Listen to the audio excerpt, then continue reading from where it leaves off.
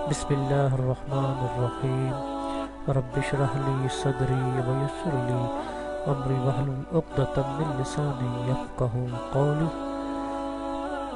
اذکار مسنونہ کے سلسلے میں انشاءاللہ آج ہم جس دعا کا ذکر کریں گے اس دعا کا نام ہے بیدار ہوتے وقت کی دعا، یعنی کہ جب آپ نیند سے جاگیں تو اس وقت آپ نے کون سی دعا کرنی ہے، کون سی مسنون دعا ہے جو آپ کریں گے۔ وہ دعا جو ہمارے نبی محمد رسول اللہ صلی اللہ علیہ وآلہ وسلم نے کی تھی، تو یہ ایک ایسی دعا ہے جو بالکل اتھینٹک اور مستند دعا ہے جس کا ذکر صحیح بخاری میں موجود ہے۔ تو آئیے دیکھتے ہیں اس دعا کو، بیدار ہونے وقت کی دعا۔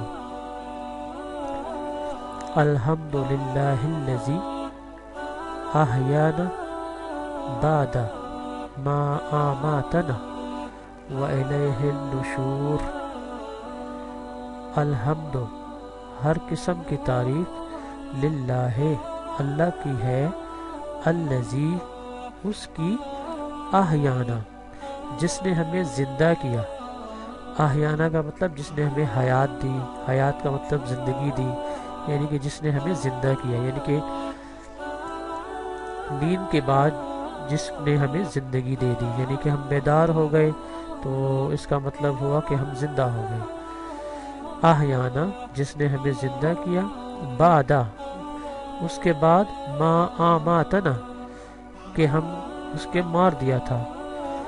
اللہ نے جب ہم نیند میں تھے تو ہم مر چکے تھے، یعنی کہ نیند بھی ایک موت کی بہن ہے، تو زندگی دی بعدا اس کے بعد، ما آماتنا کہ ہم مر چکے تھے لیکن اللہ نے ہمیں دوبارہ زندگی دے دی، دوبارہ ہم سو کے اٹھ گئے۔ وَإِلَيْهِ النُّشُورُ اور اسی کی طرف ہم نے اٹھ کر جانا ہے۔ تو ایک مسنون دعا ہے، بیدار ہوتے وقت کی دعا۔ جب بھی آپ نیند سے اٹھیں تو یہ دعا ضرور کیجئے۔ اس کا ذکر صحیح بخاری میں موجود ہے۔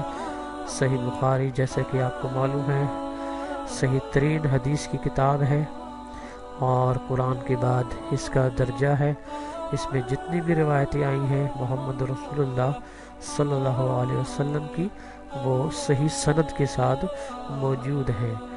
تو دوبارہ دیکھ لیں اس دعا کو، الحمدللہ الذی احیانا بعد ما آماتنا وإلیہ النشور۔